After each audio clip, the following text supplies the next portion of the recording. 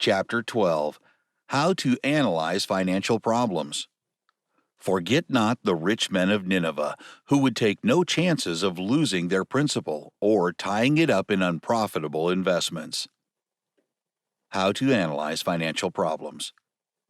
For of all sad words of tongue or pen, the saddest are these: "It might have been." Whittier. Numerous readers of this book have written to express regrets that they had not owned a copy at times in the past when its teachings would have aided them to avoid serious losses. If one were to drag out the skeletons in the closet of most families and business concerns, they would discover that a large portion of such skeletons were of financial origin. Sad words refers with a sting to good money gone because of such financial indiscretions as notes endorsed as an accommodation which the endorser was compelled to pay, loans to friends and others in difficulties, ignored when better times arrived, investments recommended by trusted acquaintances as absolutely sound, which proved quite the contrary, family inheritances dissipated by inside members without distribution. But why go on? Businesses find just as many ways to commit financial indiscretions as individuals, and pay for them even more dearly. When we have in our possession a sum of money that is ours because we have earned it, or for other reasons, we have the right to decide for ourselves what disposition we wish to make of it. We can blow it up one grand good time, go around the world, or something else we want to do. We can let it slip away for this and that, inconsequential of only temporary interests. But we hate to be over-persuaded to invest in something that does not really interest us, to make loans we would prefer not to make, or to have our money taken away from us under duress or misrepresentation. If we wish to retain our capital sum to make it grow to a treasure worthwhile in the years ahead, then it behooves us to give careful thought before doing anything with it. People are letting their savings get away from them, be taken away from them, or slip away from them every day without benefit or satisfaction. The following three problems are submitted to show how such things should be studied before action is taken.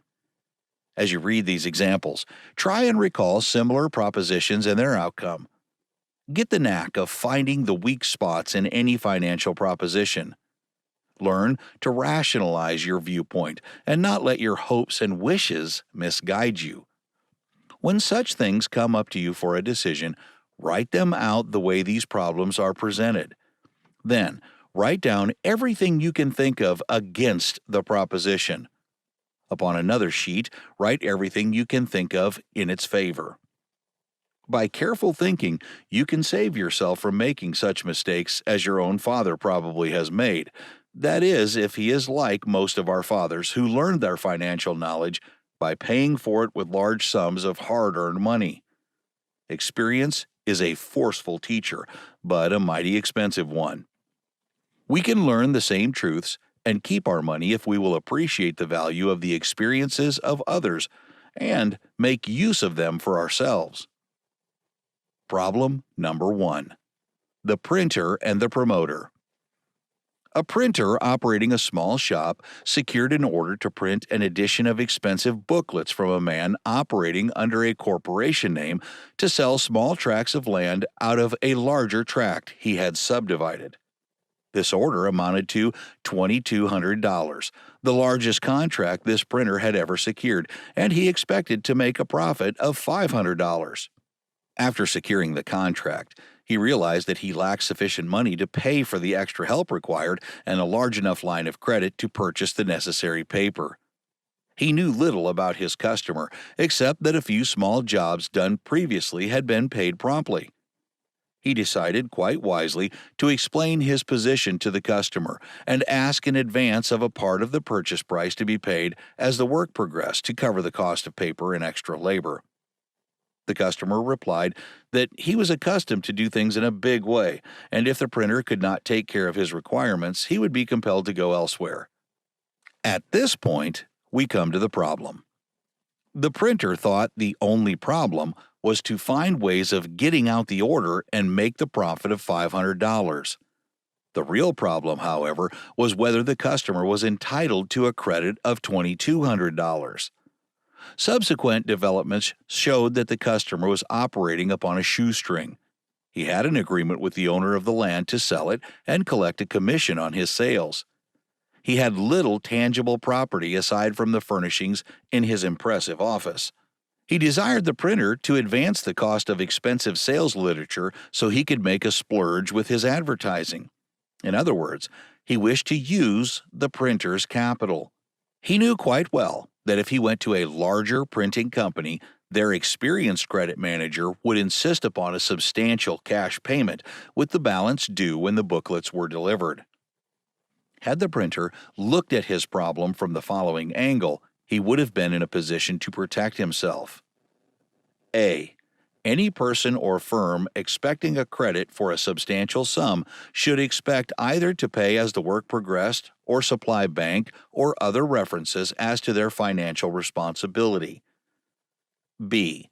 The person or firm that is financially responsible never feels insulted or acts high-handed if asked for credit references or advance payments. C. How much could he lose if the account was not paid? It was, of course, $1,700. He was betting a possible profit of $500 against a possible loss of over 3 times that amount. This is a typical example of the shrewd speculator operating upon other people's capital. His pose as being such a big operator impressed the printer to such an extent that the latter borrowed the money to complete the job, which was never paid for and left him deeply in debt. The moral to this problem is that we must not take for granted the other fellow's responsibility.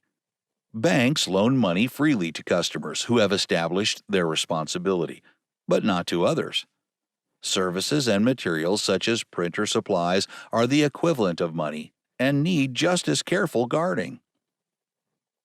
Problem number 2. The dentist and his brother-in-law. A dentist was asked by his sister and her husband to loan them $2,000 to buy a small business. The brother-in-law, an accountant, capable and a good fellow all around, had lost his position and after many months of searching had been unable to secure another.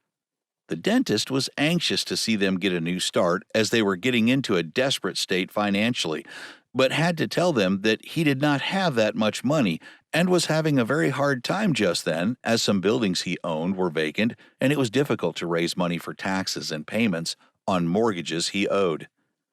The brother-in-law, knowing something about financing, visited the dentist banker and found that the bank was willing to loan the $2,000 direct to the brother-in-law, providing the dentist would endorse the note. So he returned to the dentist and assured him that this was an easy way to put him back on his feet. He would repay the bank $75 each month from the income of the new business. Thus, the debt would soon be paid without any trouble or worry on the part of the dentist. Here are the things the dentist should have considered before agreeing to the proposition. A.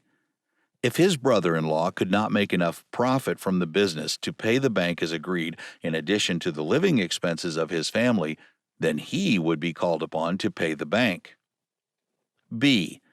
Was the brother-in-law the sort to make a go of a business? Was a man of his ability in his own line who lacked the push to find himself a new job liable to prove more successful in an untried line of work? C. What did he, the dentist, stand to lose? All of these. The $2,000 at the bank with accrued interest, a break in pleasant family relations. Also, in case the brother-in-law did not make good, he would be more discouraged and helpless than before.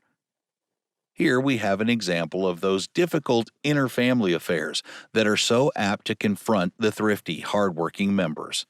They are always charged with emotional tie-ups. In this case, the worst happened, as it is so apt to do in such cases. Perhaps had the dentist, on a counter proposition, offered to advance a few $100s, it would have helped the brother-in-law find a suitable position in his own line, while the loan would have been small enough to be paid off out of the earnings of a salaried man. Problem number 3. The farmer and the gold mine. A farmer living in Missouri received $3,000 in settlement of a relative's estate. About the same time, the mail brought him some most enticing letters and illustrated literature concerning a western gold mine. From the literature, it seemed that for many years an old recluse of a miner had owned a mine from which, whenever he needed money, he would sell very high-grade gold ore. He was an odd old fellow and would not sell his mine or let others lease it, saying that he could have all the money he needed by just going in and digging out a few wheelbarrows of ore. So why should he be bothered by selling it? It was better than any bank. After his death, the present owners secured possession, and now a company was offering stock to raise money to take out and sell the vast treasures the mine was supposed to contain. This farmer had always worked long, hard hours. He was anxious to make a lot of money in an easy way. This story of the mine aroused his imagination. He would like to get into something like that which would make him independent. He knew that if he consulted his banker, that individual would try to discourage him and keep him from accepting this unusual opportunity. So he put his $3,000, three $1,000 bills, into an envelope and mailed it to the mining company. In return, he received a handsomely lithographed stock certificate. Here we find the typical get-rich-quick appeal, which clever promoters are constantly making to the inexperienced. There are many variations. It may be an unclaimed estate, a new oil field, or innumerable other propositions which lend themselves to dramatic presentation. Let us look behind the scene at this gold mine. Yes, an old recluse had owned it for many years and often sold sacks of rich ore. It was right beside a large producing mine in which the stock paid big dividends. What the literature did not state was that the present owners had tried hard to find where the rich ore had been coming from but could not. In fact, there had been rumors at various times about this rich ore which said it was being stolen from the big mine by the miners employed there, and the old man was acting as a fence to sell it. Not finding ore or any indications of it, the owners had been glad to lease the property for a nominal sum to the promoters, who were selling stock, not in the mine, but in their lease, which gave them the option to buy at a high price if they should find ore. So, this was what the hard-working farmer who wanted to make money easily was investing in, a lease on a probably barren piece of property. Here are the points which the farmer should have considered before acting so rashly with his money. A. If this mine was as rich in gold as the circular claimed, why should he, a stranger, be offered an interest? Could not the owners have easily borrowed money to develop it without letting go an interest? B. Would he consider buying anything as expensive with which he was familiar without an examination? For example, a herd of cattle, another 40 acres of farmland, or a threshing machine? C. What good reasons could his banker advance against jumping at such a golden opportunity to get rich quickly? The moral of this problem is that every get-rich-quick opportunity is the bait by which some clever manipulator is striving to get rich quick himself without working. The poor old farmer in Missouri might as well have burned up his $3,000 bills. He never got them back, and there was not a chance from the first that he would.